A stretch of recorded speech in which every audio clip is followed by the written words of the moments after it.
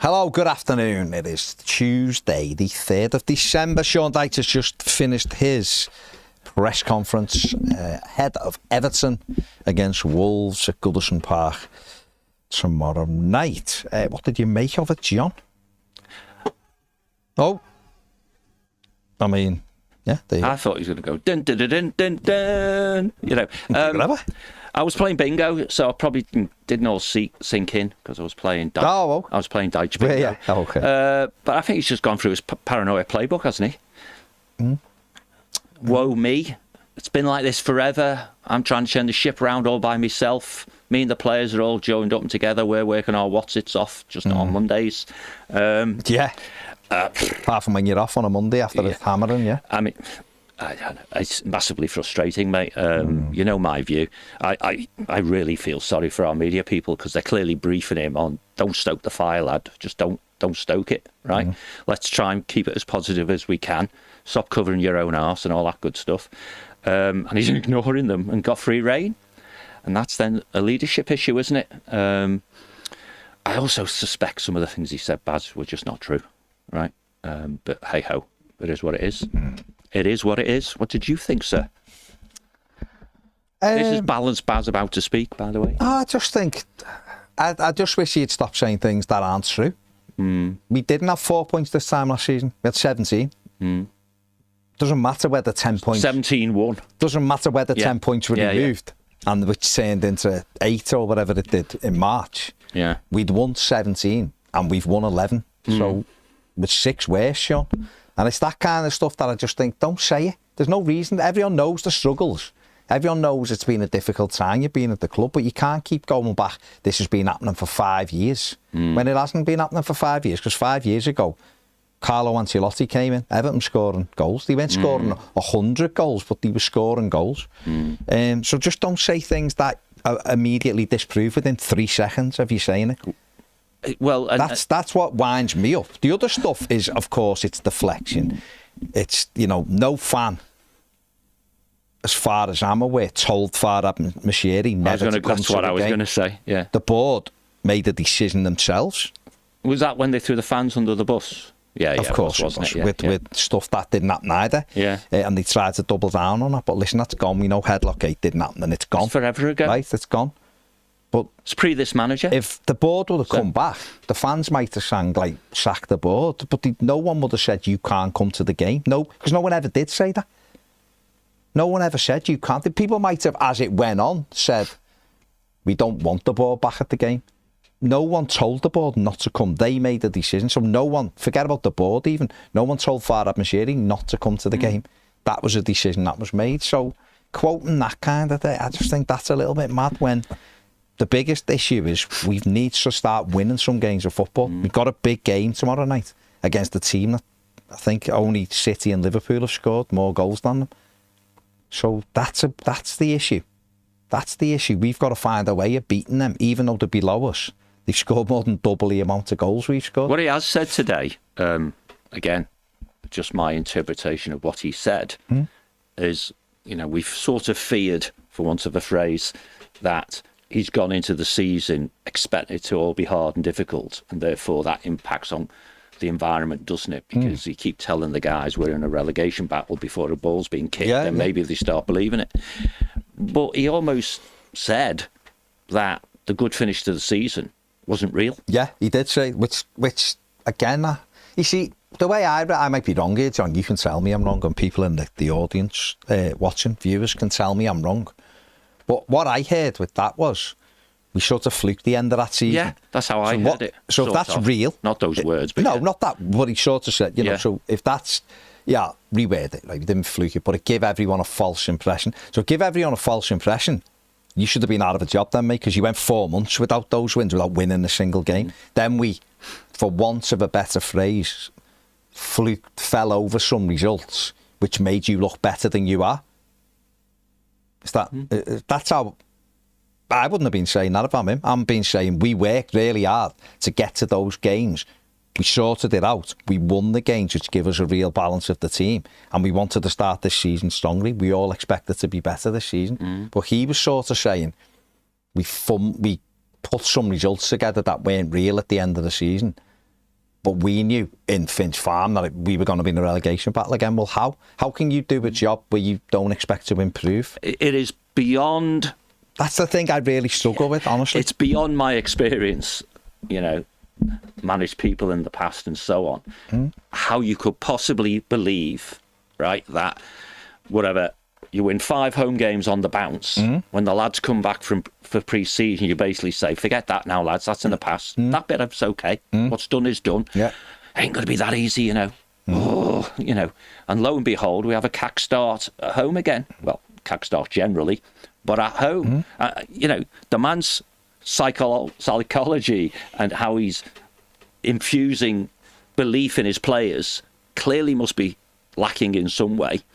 Because it's just incredulous, Baz. Honest to God, mate, it's incredulous. I almost want to do an Arteta type impersonation. Incredulous. I mean, that sounds quite Scouse. Yeah, well, that's me. I was born there. But no, it's really quite frustrating. And, you know, we talked about it on BWB last week, I think. It's difficult for him.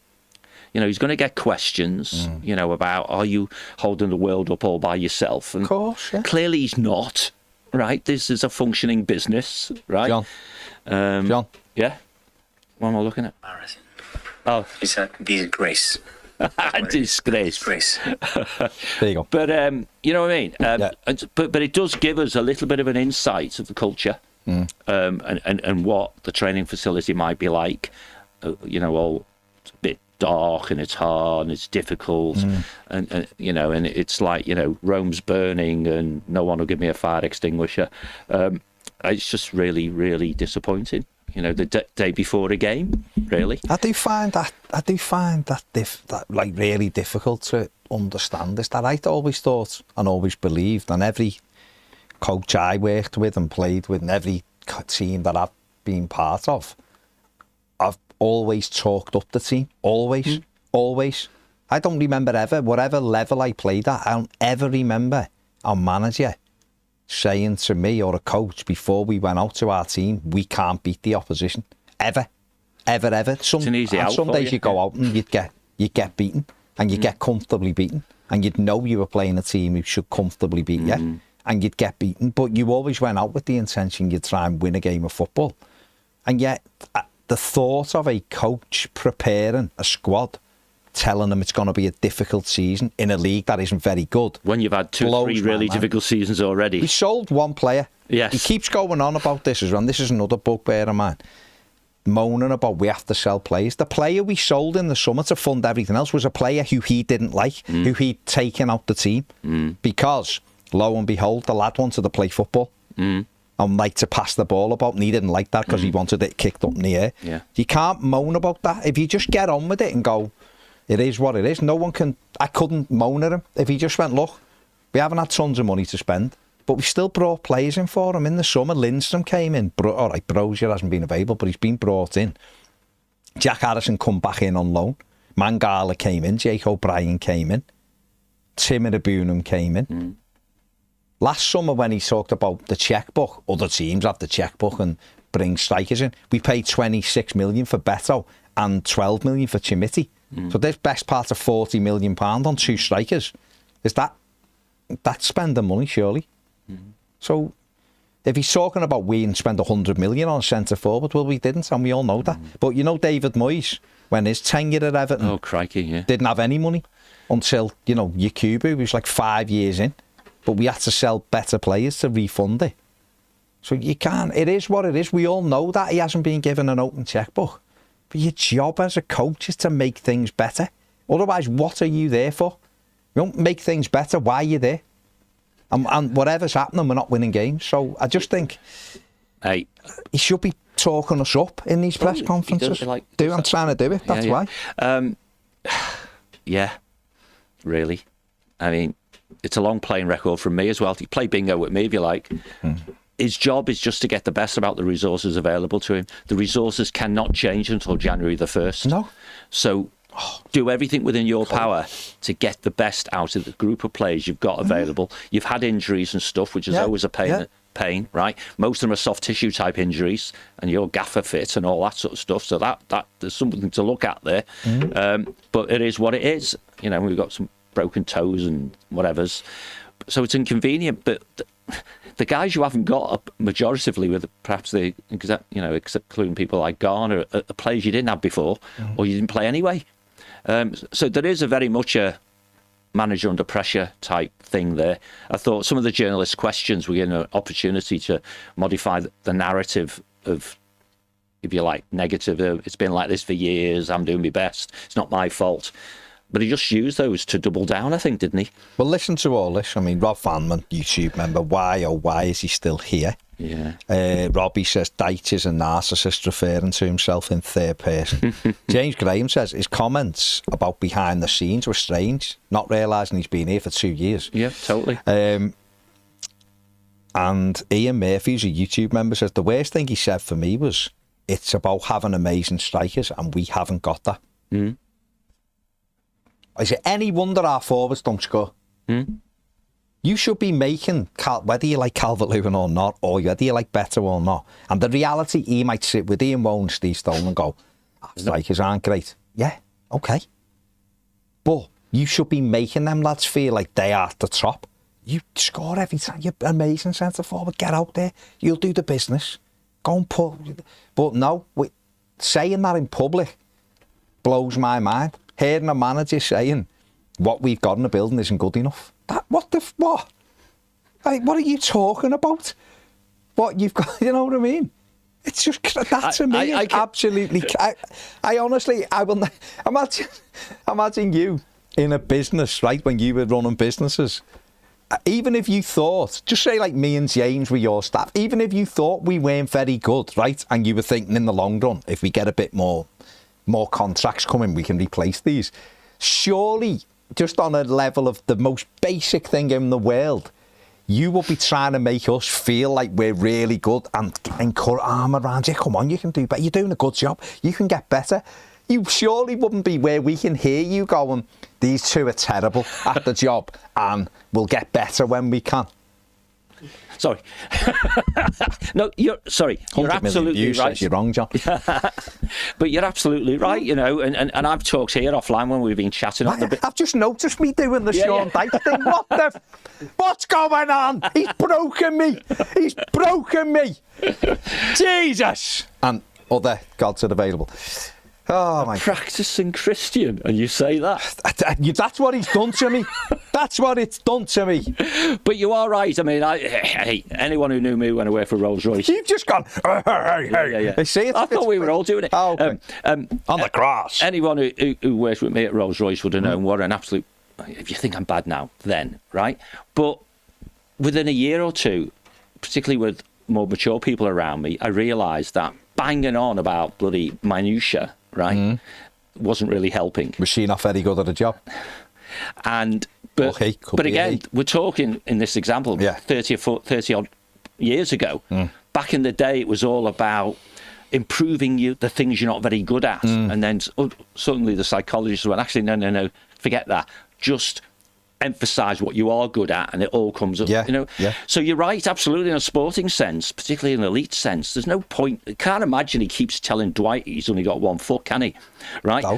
But he would be telling him how wonderful a left foot he's got, and let's get you. And he has got a lovely left foot. Let's get you into positions where we can get the benefit of that. The same with Dominic. You're good at this. You're not good at that. Well, let's talk about the stuff that you are good at. You know, playing off the last man, getting balls in early to him, get him in and around. Isn't that what coaches do? You make the player feel better. Absolutely. You can almost convince a player he's a... You hear ex-players talk about it and go, the manager made me feel 10 foot tall before I even crossed the white line.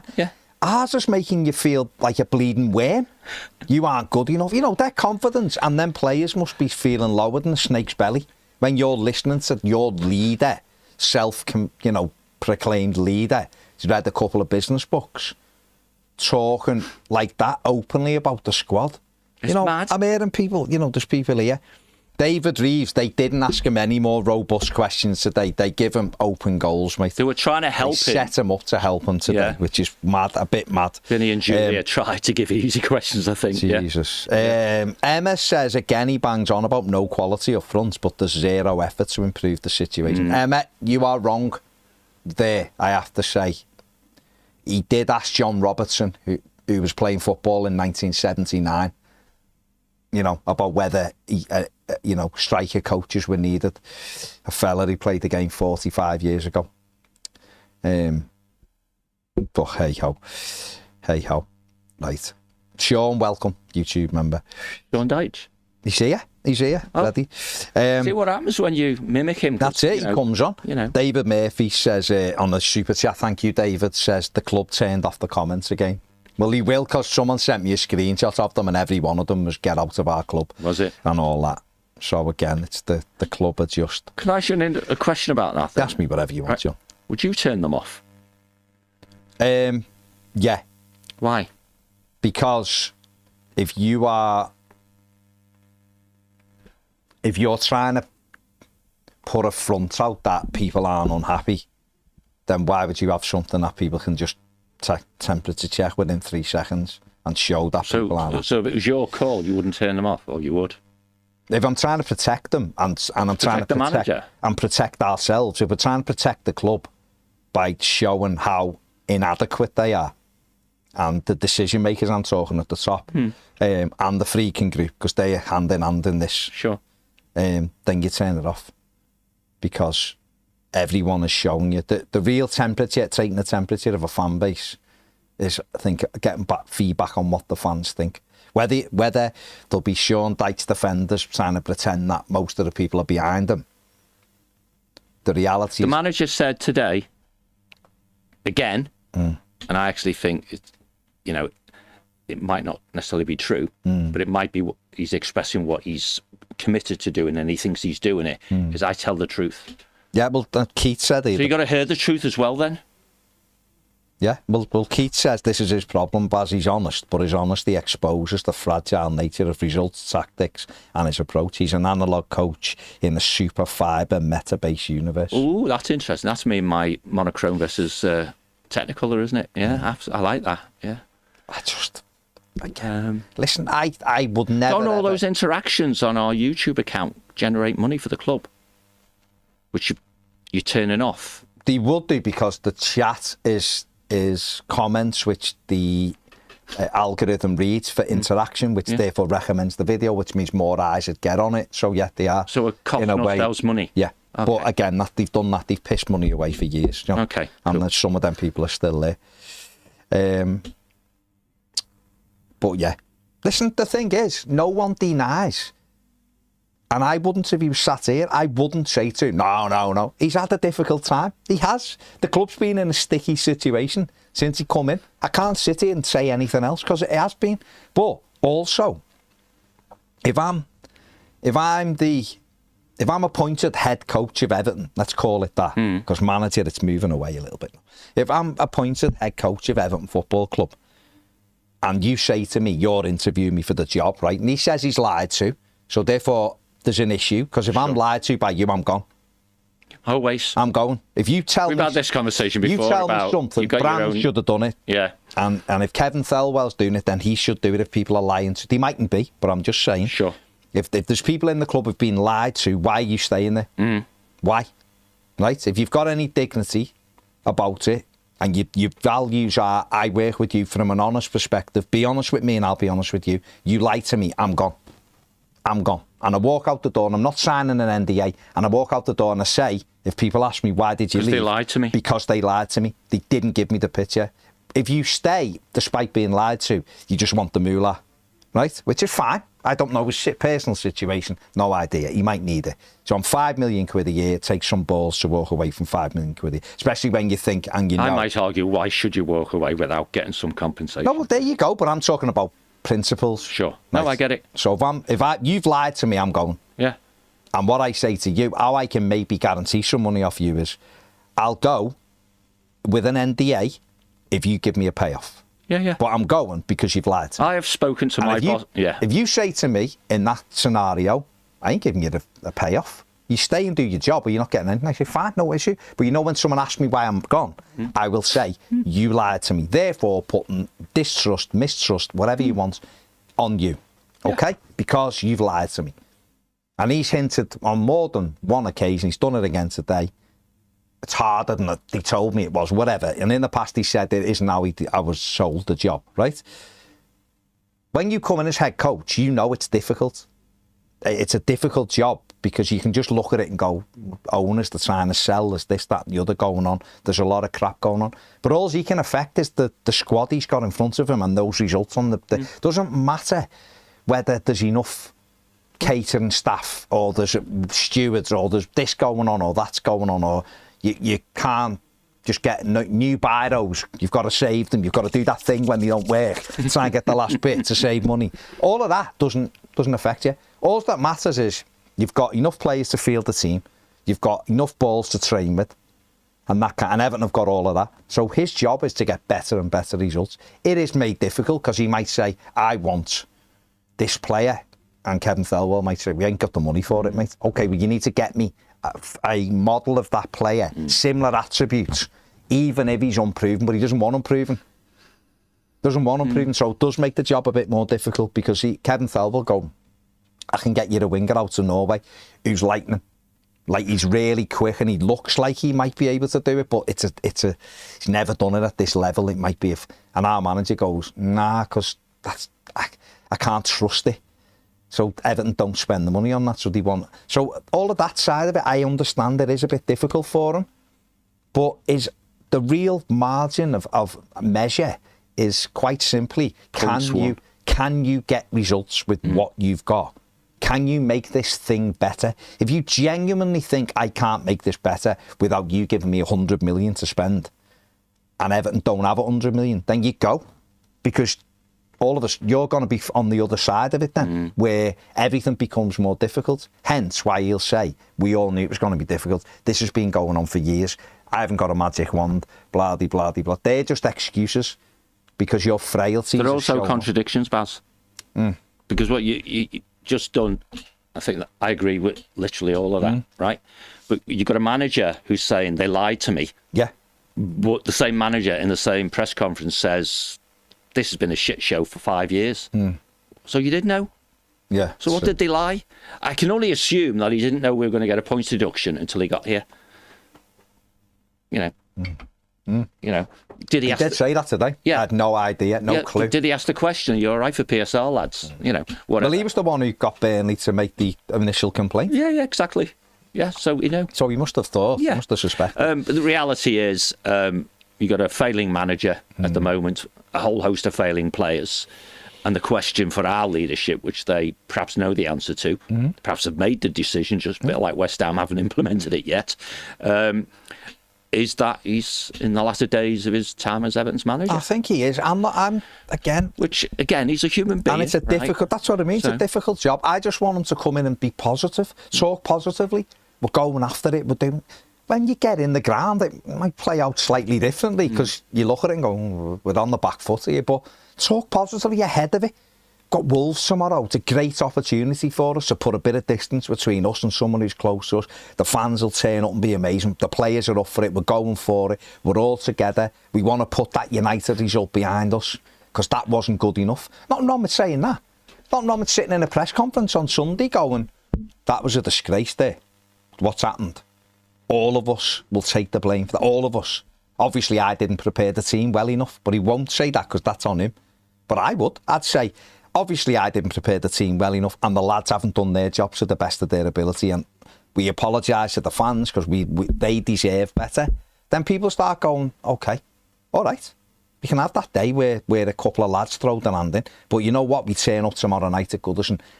How do fans who I'm sat here trying to say, Calvert-Lewin, if you give him the right service, is a good striker. How does anyone who is on the fence or thinks he's not very good? They've heard their own manager saying he's not an amazing striker. Oh, when he dropped them the other day, or it's Beto. People talk about Beto. Is he good enough? Isn't he good enough? You get in that stadium, you want him to be good. You want to have belief in what you're seeing. But the manager's saying he's not an amazing striker either.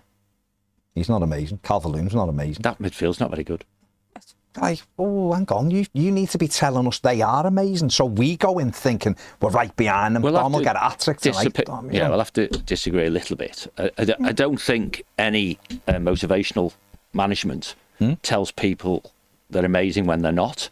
But you do talk up to them their positives. You don't talk them down, John. I totally agree. That's what I mean. It's not binary. It's not you're either crap or you're amazing. But clearly...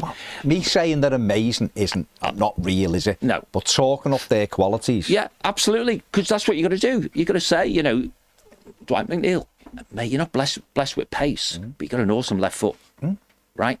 So lift your head up, have a look round, play the balls. Dom's going to be on his heels, on his toes every time because I've asked him to, and he wants it. He wants the ball early, this, that, and the other. But you got to ask yourself, for a manager who's so defensively minded, why are, to use his own words, almost a very, very experienced Premier League centre back in Tarkowski and a kid in Premier League terms, both making similar awful mistakes? Because there's something going on in how their prep is going through that's putting the fear of God into them. And this is why I think Ashley Young's ridden above it, because he's played at... He's just doing his own. Yeah, he's played at proper top club level, and he's doing his job. Yeah. And he's standing out as the one whose head's not gone. Yeah, he's been very good lately. I mean, I'll be honest, it wasn't very good. It wasn't great Sunday, but overall, last half a dozen games. So he's got the experience, perhaps, almost to blank off the noise, we'll call it. Whether it's level, performance level, top players or good players, and he must have been a very good player because he's played at big clubs. He's got a few medals. I've done and got medals. He just gets on with his job and does his job. That's what it's about, isn't it? Daniel O'Connor says, Baz, what do you think of Danny Rowell at Sheffield Wednesday? He's a 35-year-old German manager, kept him in the champ and progressed a bit. He looks good. He looks good, been mentioned before. Looks like he's doing a really good job. There is a bit left field, but one to keep an eye on for sure. David Murphy on the super chat says, Dyche, thanks David by the way, says Dyche claimed Mashiri doesn't come to Goodison because the fans have spoken. That's a lie. Allowed to run unchallenged. Didn't he say we Dyche, all know honestly, why? What? Didn't he say we all know why without saying what the all know why was? Implying no one's unchallenged. Yeah. No one's challenged that he's saying. Yeah. Dyche talks honesty, but that's a lie. Yeah. It was pre-him though, wasn't it? So by about 3 weeks, Yeah, but someone might have told him. Yeah, I mean, and he's been fed that, hasn't he? Yeah. Whether he believes it or not, I don't know.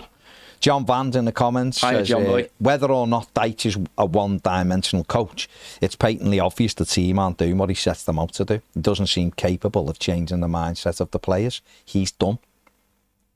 And that's it, isn't it? Whether you like him or not, it's just very simple. Can he, whether you think he's a good manager or you don't, they're quite simple. Is he getting the most out of these players? Is he performing to an acceptable level? And if the answers are no, it is no, which they are, then if we were all commenting on a club that we've got no affiliation to, listening to some of the messaging coming out, you would turn around and go, I think he'll be sacked, because he should be sacked, wouldn't you? I remember when Bournemouth got beat 9-0 at Liverpool last year or the year before, wasn't it? Because Gary O'Neill took over. And I remember Scott Parker's interview afterwards, and he'd done well with them.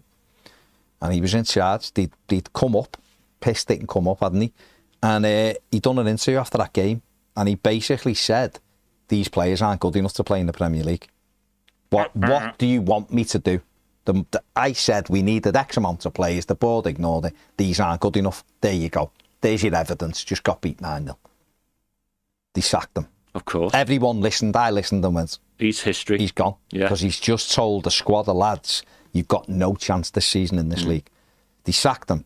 Gary O'Neill come in. Bournemouth stayed up comfortably with the same players who weren't good enough to play at that level. And there's your marker.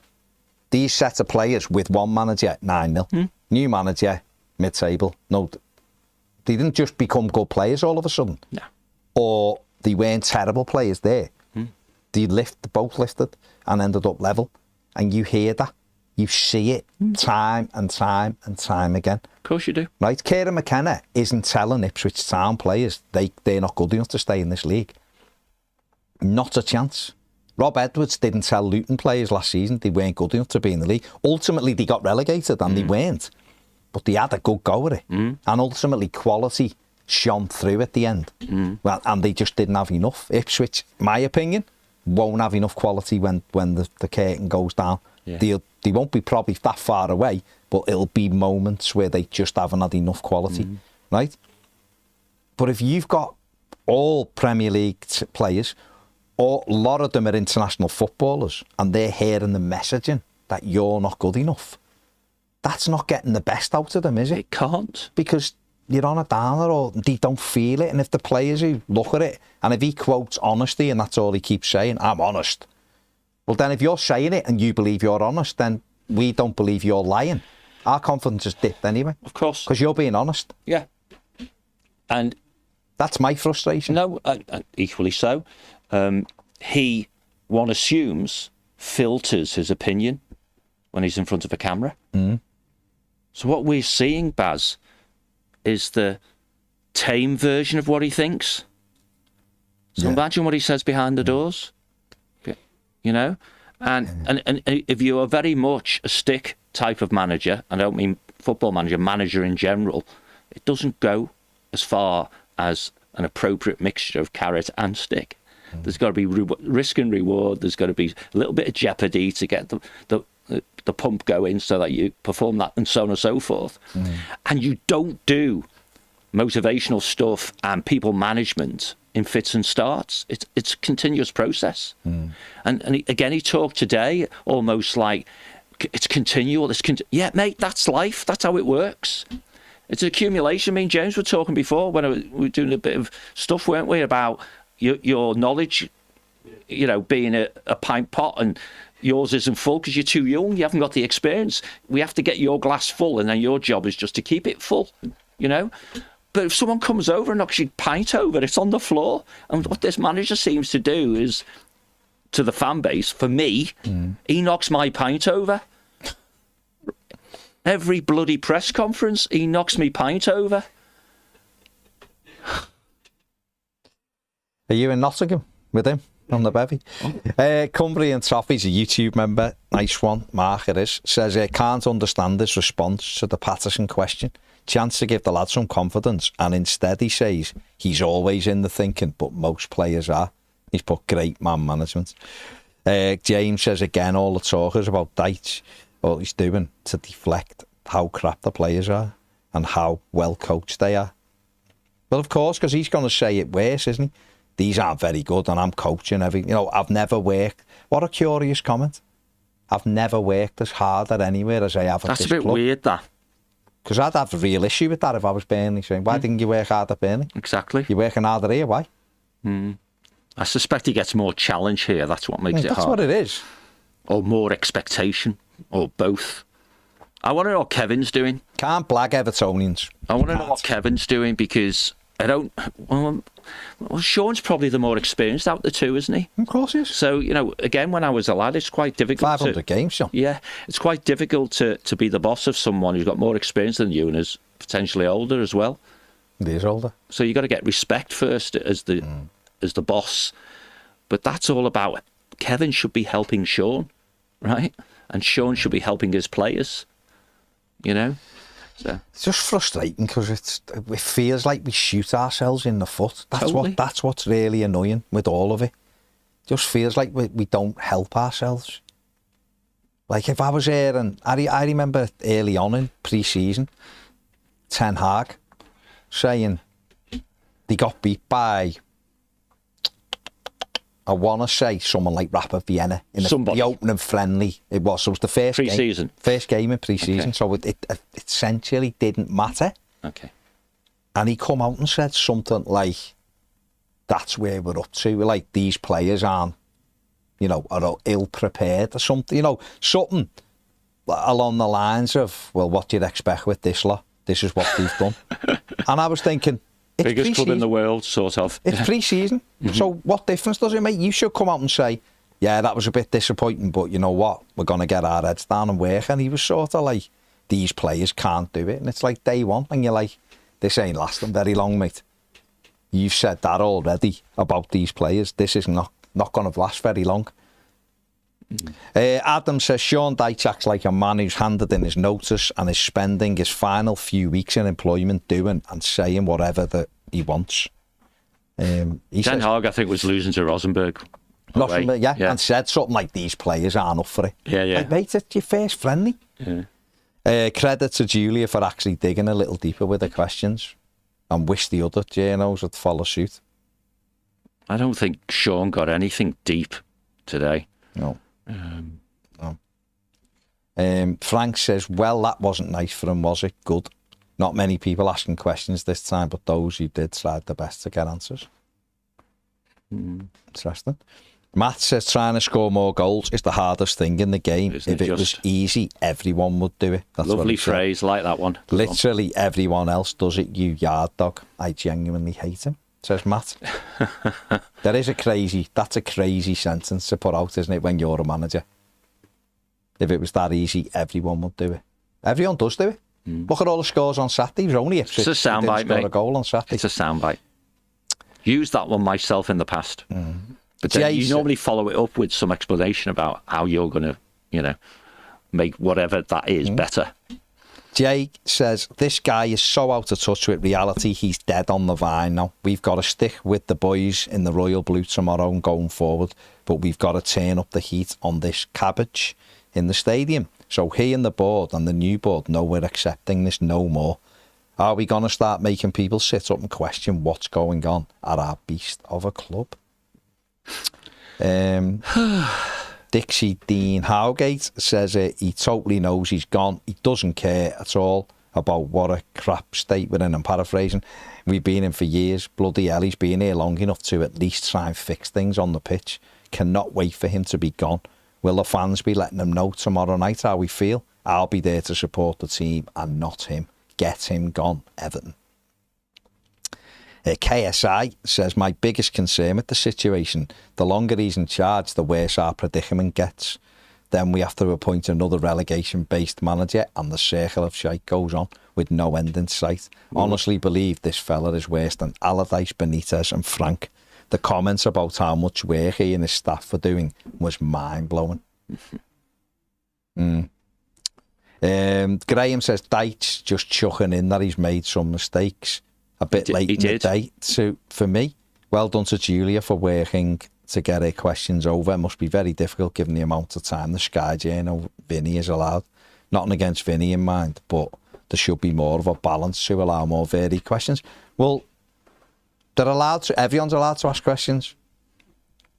The fact that only 3 people did is a bit weird. Mark says he needs to put his suit back on the track. He doesn't cut it anymore. Sog said, turned it on, heard his voice, turned it off. Can't listen to him anymore. His voice is like excessive force pressed down on a slip disc. All the usual excuses I expect, and smearing his head with, without a hanky in his hand. Had it with him, didn't bother to look at tickets for Forest this morning. I'll be back when he's gone, but I'm not going enough through all that faff of attending while this is the garbage that's being served up. If he keeps the job, I've already seen my last game at Goodison Park. That's sad, isn't it? Totally. Yeah. Come the turn of the year, we're exactly halfway through the season, aren't we? So, Mike says could literally be an AI generator press conference there. Brian says the manager sacking season is now upon us. Everton must react first in order to get their first choice before someone else poaches him. Well, Leicester got him first, didn't he? Not saying Everton would have gone for Van Nistelrooy, by the way, but Blue Keeley says, got my Christmas jumper on Friday. Looks class, as always. which one? Thanks, guys. Which one did you Last Christmas, maybe? The last Christmas one? Or Dwight Christmas? It's mine's down there. It's on the pile here somewhere. Yeah. I'm sporting this for now, but I think for this afternoon, look at that little beauty of a t-shirt available in lots of colours. Blue. It's in the shop, isn't it? It's in the shop now, ready. But I will have my Christmas jumper on later as well. James says, John Blaine question. Oh. What was Paul Brown's tweet about last night regarding the 777A cap? Any new news?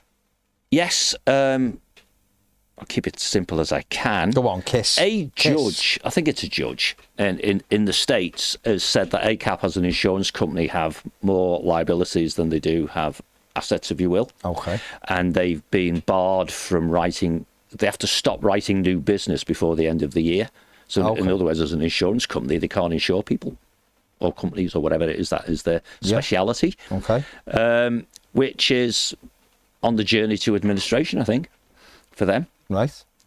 So yes, that's the challenge for Mr. King and his cohorts, that they're going to effectively having their ability to trade reduced. So not good. Impact on us should be not really there. Clearly, Leadenhall, who have some challenges trying to get some of their money back, it would be interesting. And some of the monies that ACAP have loaned out are referenced in the judgment, if you want to call it that. Yeah. And actually, the percentage of recovery that's been forecast by the auditor types who've looked at it is really quite low, like less than 30 cents in the dollar. So if it goes down, there's going to be companies catching a big style cold, and it'd be interesting to see if Leadenhall and the like of those. Yeah, so if I'm Leadenhall, I get first dibs on the Everton money, sort of thing. Fair enough.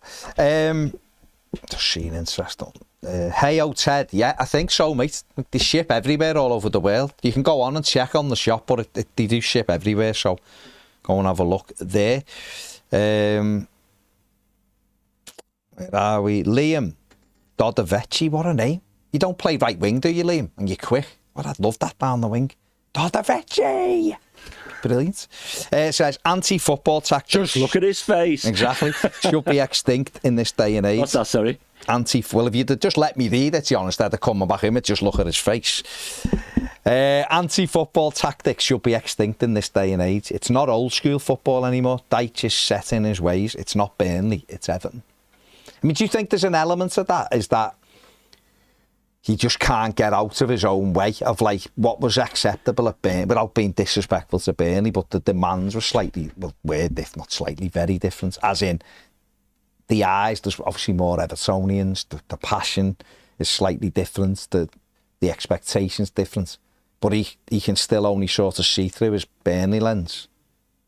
I don't think he has Burnley lens or Everton lens. He has Dyche lens. Okay. So if the real question, which I think it is he stuck in his ways? Yeah. Emphatically so. I mean, he referenced again 4-4-2, didn't he, today? You know, which he's done a couple of times. So he's feeling pressured because people are asking questions about what he's done in the past. I mean, if I recall correctly, a couple of weeks back, he was saying, I got beaten up for playing 4-4-2 for years upon years, and now I'm getting beaten up for not using it. That sounds like a bloke who picks his tactic or his strategy and just sticks to it, even though all the evidence is it's not working, mate. How about you start with 4-4-2 and finish with 4-3-5, any bloody formation you like, right? But if you're putting players into a rigid system, which is what it looks like as people who watch the game, that's not great. Because the thing about any elite sport, you've got to let the elite sports person do what they're good at. Yeah. You know, and if they're worried that you're going to shout at them because they didn't turn back and look for some player or other, or always give it to Ndai, or always do that. No, you just got to. Game management is on the pitch, isn't it? And I guess that's where I was sort of going with Tarkowski making unforced errors is not something we've necessarily seen, but he's making them. And they're not necessarily because he's carrying an injury. And then that impacts on the development of the centre-back who's next to him. And it just becomes a virus that spreads throughout the team and the squad. So and that's when you get into change the people or change the people stuff. So Harry says, I all loving the show. Question for John, if the Freakins take over, what stops us and Roma just exchanging players to beat PSR? Says FFP, but PSR. Strictly speaking, nothing. Right? But I'm not sure which players we'd want to swap and which players they'd want to swap. But it would, of course, fall under, as far as Premier League is concerned, an associated party transaction. And so they'd expect it to be fair value. So we couldn't say, hey, you can have Mikalenko for 75 million quid, right? But City do it very well with Citigroup, or in the past have. But they've rarely done it with player trading stuff. They've done it on, use of brand and all those sorts of things. And this isn't going to be Roma UK, is it? Or no. or Everton, Italy. Right. So it's not really an avenue if you're playing. I mean, just run the business properly, and PSR is not a problem. Three I'm going to read out to you. Liam says, lol, I actually play semi-professional on the wing. Good man. Imagine if your coach, Liam, said, we need a shirt up here. No, you have to defend. That's your first. Forget about attacking. It's about defending. Yeah. Lollipop says, Geordie was right. Dyche is to Everton what Steve Bruce was to Newcastle. And people were saying, don't sack Bruce. You know, he'll keep you in the league. And they went and brought Eddie Howe and a year, 6-7 months later, they were in the Champions League. Sorry, 18 months later in the Champions League. Robbie says, how did Dyche go from Burnley to Everton with no job in between? Our club is a joke. Yeah, it was a bit mad though. Yeah. Graham says, let's not forget towards the end of last season, we did have quite a lot of results for other games go our way too. Jay says, he's obviously saying, sack me, pay me up. Those upstairs are either tone deaf or stupid. You could probably flick a coin to land on the right answer. James says, don't forget we sold 2 young players in Sims and Dobbin. Sims went the year before. Dobbin went in the summer. And Villa moved him on straight away. But he didn't. He's saying we sold 2 players who didn't improve under him. Is that the point? That is correct. I've jumped in, sorry. Steve P says the way he basically just blamed the players for the United loss. Yeah, definitely nothing to do with him. If we somehow would have won, it would have been all because of the game plan. The other thing that really annoyed me about the press conference today is that he used that 4-4-2 line again, that when he brought Michael Duff into the coaching staff, he couldn't believe how they debated for hours about how to play something. And he said the exact same quote after the United game in the press conference, and he's brought it out again, verbatim. Like, mate, you said that the other day, fair enough, but why are you recycling it today? I wish we'd had a camera on Baz on the sofa over there when he said that. Just because he said it. Baz sort of rocked it back in his chairs. That's it, I'm done. Just said it. KSI said, making any change up front for us is like changing the covers on deck chairs, the Titanic. He's a massive boob. Matt says, I'm moaning about money. He wants the players. He doesn't have to coach because he's incapable. I'll say it again. These players are capable of so much more. He's right. But have a manager that isn't. Everton Viking says, I actually can't stand him, I really dislike Benitez because of his Liverpool connections and dour attitude, but Dyche is on another level. He's such a silly person. I'm paraphrasing. Brian says, we saw that Dominic Calvert-Lewin is a threat with the dive nether against United. When provided suitable service, he'll score. Wasn't it Patterson who crossed it? Was it Patterson who crossed it? It was, yeah. Oh, the lad who can't get on. Was that bloke who was out wide? Come on, you might have seen him. Scottish lad, we've not seen him. I think he must have come through. Is he the tall one? They must have got him on loan or something because he's never considered to play.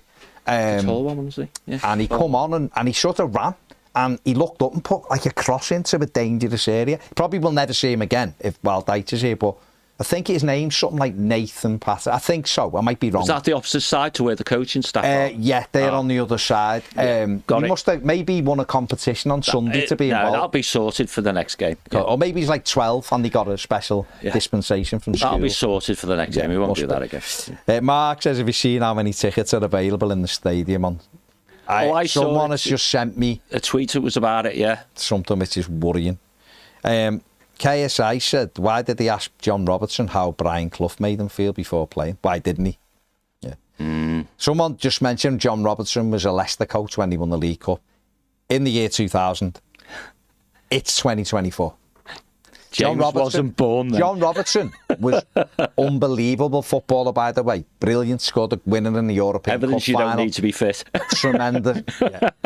Tremendously talented footballer. He knew how to go past someone. But 45 years ago, I would suggest it's changed. Things have changed in 5 years. Bainey says, why is he spouting off all the rubbish and even worse about why or how is he getting away with it? This is why I can't watch the man and listen to your bullet points instead. He's simply trying to rewrite the club's history. We're being gaslit and people believe it. Does he honestly believe the bully's spouting off? Just get him gone before this becomes an impossible situation. Peter says, when you said he read business books, think lazy person, probably too greedy to lazily read the book, skimmed it, and he's a dangerous, lazy chancer, believes he's cleverer than everybody else. Bainey says he obviously doesn't like the job, he slags off the team, bigs himself up, he's the coach and isn't coaching, he's inept at best, believes his own hype, just get a semi-decent League One coach and it'd be so much better. He's lost the plot, we're, if not already, a laughingstock. Josh says, I really hope this time next week we have a new owner and a new manager. Everton Viking says he takes absolutely no accountability and it's tiresome. Mike Rafferty says, hello, John and my lord. Hello, Michael. Hiya. Blue Keeley says, think Breuer being fit will see the end of Beto unless we get a couple of quid for Dom in January. And Gary Ward says, good or bad, Dyche has simply run his course at Everton. And that's it. He doesn't have to be a terrible manager.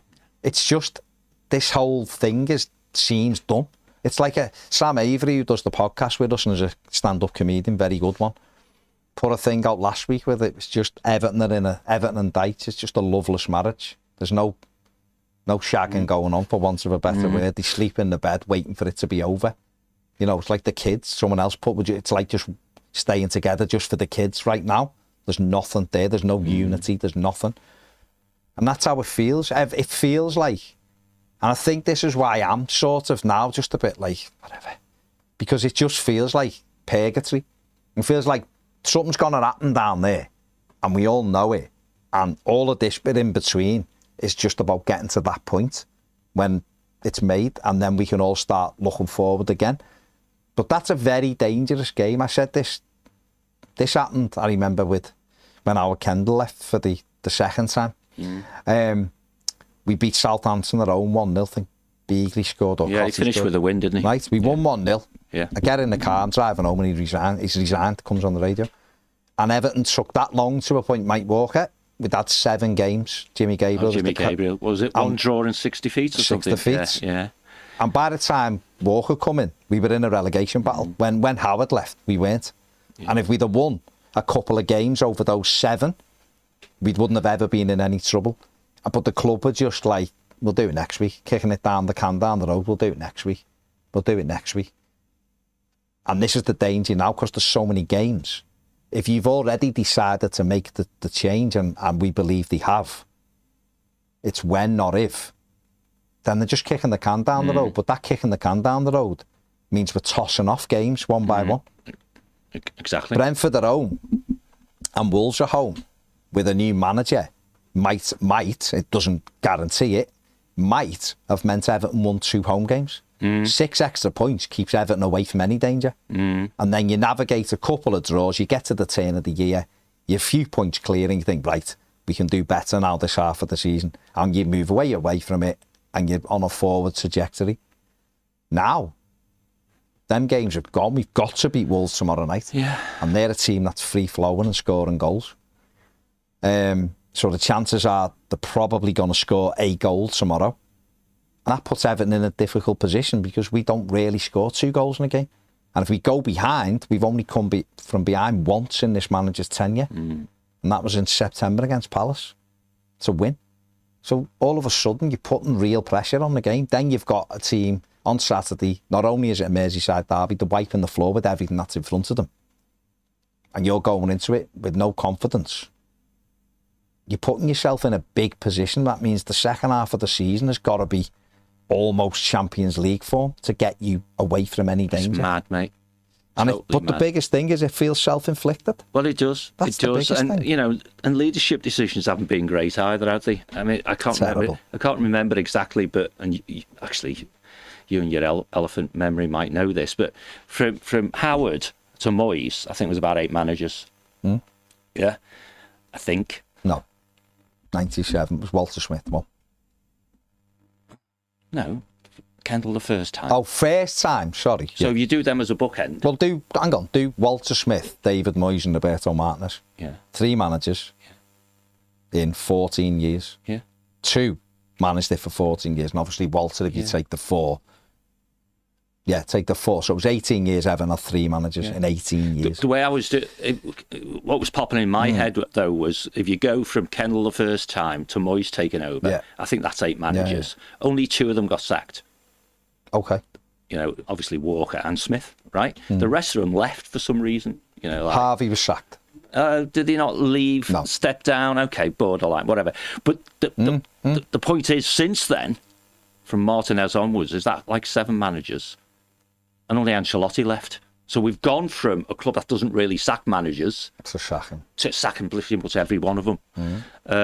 And this manager looks like he's going the same way. So maybe he's just going to be clever clogs and he'll resign. Yeah. Bainey but says, resign the way we talked about before, where he gets a package, goes out with an NDA, all that sort of stuff. Bainey says, when even your goalkeeper is shouting to change something towards the bench, there's something wrong, isn't it? He's simply lost the squad. Mate, Jordan is so frustrated. You can see it, can't you? Bainey says he may speak honestly, but that doesn't mean it's the truth. Emma says, how hard is it to pick your best 11 and prepare for the game ahead? What else is he doing that makes his job so hard on $5 million a year? Cleaning the toilets, cooking the hot dogs, sweeping the stadium, cleaning dog poo alley. Please enlighten me. I don't know, Emma. I don't know. I'm sure there's a lot of nurses and doctors doing 80-hour-a-week jobs where it's literally life and death. But, you know, a fraction of what he's being paid who don't bitch and whinge about how difficult the job is, how hard they're working. And a lot of other jobs, factory people, lads getting up in the middle of the night to do jobs, people 2 or 3 jobs. Very, very poorly worded, that from Sean Dyche, I think. I think so, and I think if you start transmitting those messages, then the authority that you had or have gets eroded. You're giving a whole host of people, sporting and non-sporting, an excuse. And as we all know, it's not a place to be. No. There are loads of reasons why his job may be more difficult than he thought it might be. Of course. Loads upon loads. It's been a shit show for far too long. But that doesn't give you an out on doing your job. And his job is to get the best out of the resources of it. If he was saying, I'm getting the absolute best I can, we're all pulling together, we're working really, really hard, there was a non-stop queue of players supporting what he says, but, you know, we've got all these issues, but not labour them. He'd have people on the sides. It's an open door. Everton fans know how poor the off-field leadership is. They know. That's why we want new owners, to clear it all out, hit reset, give all those good people who will still be there after any bloodletting a chance to show how good they really are when there's proper leadership in place. We all know that. But don't keep coming out every week and say, whoa, me, ooh, you know. Especially when you've been here. He's the longest serving manager, second longest serving manager after David Moyes. Is he really? Wow. Corin says, is a YouTube member, the club is rotten from top to bottom. Conte says, our problem hasn't been sacking managers per se. It's been appointing poor managers repeatedly, especially since Ancelotti. Dyche will never win a thing in his life because he's a poor manager. KC says, I can't remember the last time we were able to have a happy Toffee TV episode. It's some comfort to know we're all in this together. Listen, me and James have been speaking about, I won't give you James's record since he joined the channel, but we were speaking about this, and I'm going to sound like Sean Dyche now. This is a really difficult job. No, but it is, what's difficult about this is, it's good to know that when you're speaking to Evertonians, we're all feeling the same. Most of us are feeling the same. But it is hard, isn't it, to constantly talk about like stuff that's just not good. You know, I'm hoping, me and John have mentioned this before, literally before the show, in a few weeks, we can at least start looking upwards. You know, we should have new owners by the end of next week. We've got a fantastic stadium on the horizon. We'll probably have a new manager, and we can start looking forward, because they've got to look for the positivity in that. Doesn't mean the season's going to be good or bad or indifferent. It's going to be difficult. We know it because we've put ourselves in it. We haven't had the amount of difficult games we've had on paper. No, it doesn't work out like that. we haven't had a really difficult start, but we've put ourselves in a difficult situation. So we're going to have to start getting some results in games that we didn't think we would, maybe, on paper, to give ourselves at least a bit of comfort. Tomorrow will be a difficult game, but it's a winnable game. Wolves will be below us. For all of their good attacking play, they let goals in for fun as well. They're below us. And we need to remember that and go out. It'll be tough. I'm not saying Everton will win it, but I think we can win it. It's up to us. And again, even if you've decided he's not for you, the manager, we've got to get behind the lads, and everyone will. And we've got to get a victory. I think the decision's been made. I think the decision we chatted about this the other day. It's done. In my opinion, it's done. It's when and not if now. And it might be next week. It might be in 2 weeks. Listen, a proper defeat tomorrow. It could be tomorrow night for all we know. But it's going to happen. It feels like it's dragging out. I think the minute we know that the takeover's complete, everyone will breathe a sigh of relief, because all that'll be one thing that's sorted. That uncertainty will then drop away. We'll have owners who become accountable immediately. Yeah, it becomes accountable immediately. Then there's a group who you can point the finger at. What's the points target, Baz? For the season? Yeah. Forget the very sensible, better than last time. Points target's 40 points at least. Yeah. We've got 11. Okay, 29 points, 9 wins out of 25 games. Because it's less than half the games. The reason I ask is because we go into... or 8 wins and 7, whatever. Yeah, as soon as we're into 2025, right, that's literally halfway through the season. So there's 19 games left. A point a game from those 19 games would be what we've been suffering broadly already, and I expect it to be better than that. Put those 19 points together with the 11 we've already got, assuming we get no more points between now and then. And that's 30.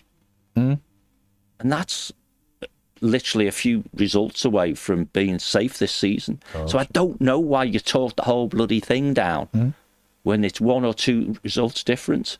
We look at the games we've had, just talk about games we were leading 2-0 and all this sort of stuff. We have 6 more points. What's the problem, lads? You know? Mad. So a new manager could get those just from a new manager lift. Those, of course, 6 or 7 points that make all the difference. You know, it's not over. It's not. It's difficult, and it will be, and they'll need us. But imagine if that takeover comes through, and we think it will next week, right? Yeah, hopefully. Yeah. And that's all of a sudden you start going, oh, that's sorted. Right, come on, these have got money. These are going to put money in. Transfer window, all that sort of stuff. All of a sudden, your outlook immediately starts being more positive. Imagine if they change the manager and someone come in and people are going, right, we'll get behind them. You start feeling more positive there. Immediately, you're looking upwards going, right, come on. We're all in it together, right? Whoever it may be. All of a sudden, that more positive outlook means that the ground feels more positive. There's a unity there. We'll have to, and everyone, I think every Everton fan needs a reset when this is reset. Stop arguing with each other on social media. Be respectful. Get in the ground. Get behind the team. Back the team. Wave flags. Whatever. No, I think the 1878 might still need help for the weekend. Skippy says 6 points only bumps us up one place. Yeah, but it's the gap. It's the gap, isn't it? Brentford are in the top 8. We could have gone quite close to them if we'd have beat them the other week. So, bit of ambition, as Lollipop says, ambition returns. Here's some questions for you, Baz. Go on. If it's okay. Go on. Okay. So, probably yes, no ones. So, do you expect the ownership to change before the end of the year? Yes. Do you think the future ownership know who they want as the manager? I think they've got a couple in mind. But they could appoint reasonably quickly if they wanted to, right? Do you think if they have a couple in mind that those managers know which players they would like in January to sprinkle into the existing squad? I'd like to think the recruitment team know what they want. Yeah, but managers always have a view, don't they? Of course, but it depends what the thing is. It depends what the plan is. We know with this manager buying players that a manager's not going to use. Right.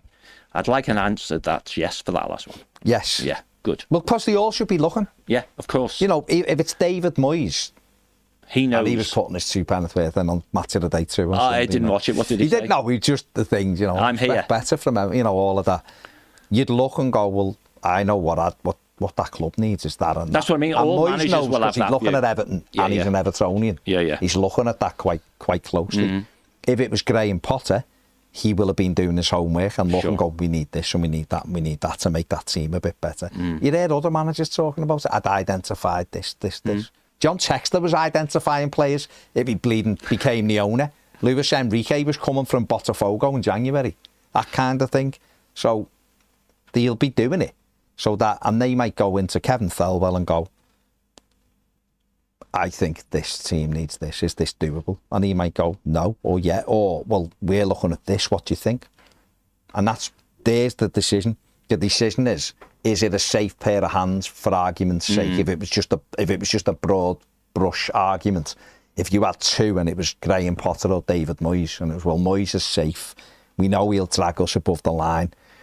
Give him another year in the new stadium so we're stable, then we move on. If that's so, you go, well, that's okay.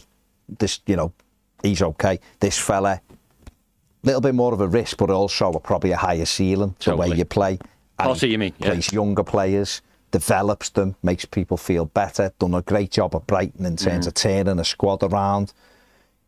What do you want? Like, which road do you want to go down? Do you want to go down the one that might actually put Everton in a European race quite, by quicker, evolving? Maybe. Or do you want the fella who you're fully safe with for 18 months? I imagine a lot of people would probably go, David Moyes is a comfort, but I know a lot of Evertonians don't want David Moyes back. So if they were the two choices, at least you'd be going, well, we sort of know where we're going. We will get behind whoever they pick.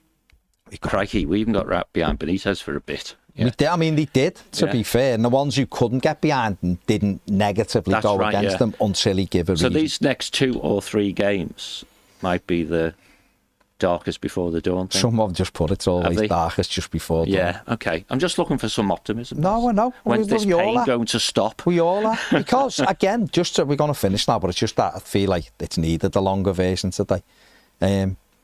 It's that thing, like I said before, it's when you sort of know something's coming to the end. It's not like this can turn now.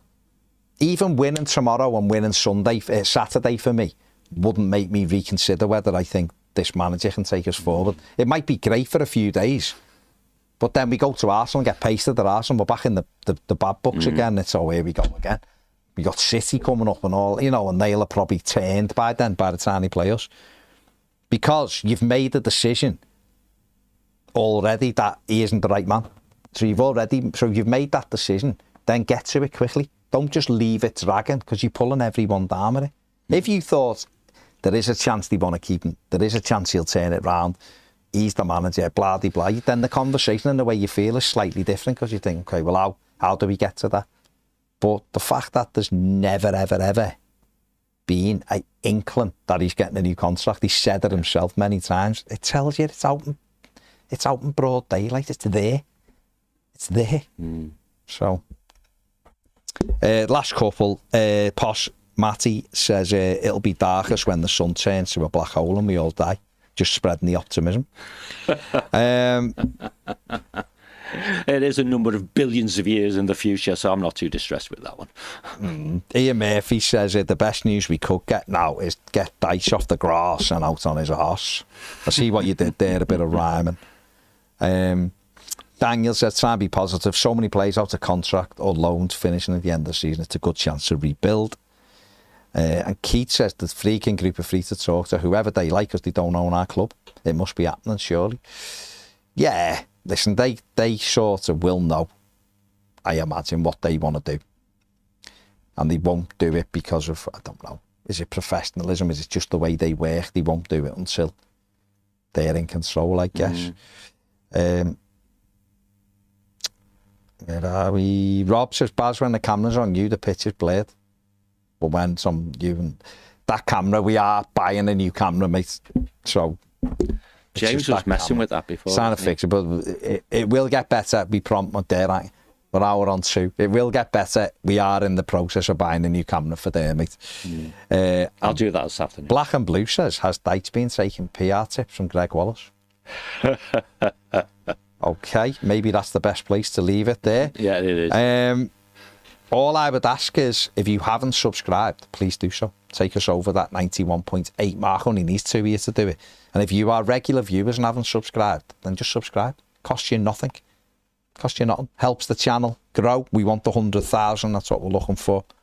Yeah. That's where we're looking to go. 202 to 92,000. We're heading up to that 100,000, so thank you very much, everybody who's done it. If you're a Premier member watching this, we will be announcing the winner of our first prize draw in the Live of 5. So look out for that one. And as you'll have seen, we've got a big Christmas draw coming up as well for a Boss prize. In that one, you've got to have been a yearly subscriber to go into that one, or in our top tier. You've got till the 12th of December to get into that draw as well. So listen, thank you everybody who's tuned in today. Listen, come on, let's try and keep the faith. We can get 3 points tomorrow. It's a big game. We can, and we need everyone to be behind the team, because we'll have to do it, because clearly they're not listening to the manager and the coaches right now, or not getting enough out of them, so we have to do it as well. Hit the like button, subscribe if you haven't. Thanks for joining us. If you're a Premier member, see you at 5. See you later.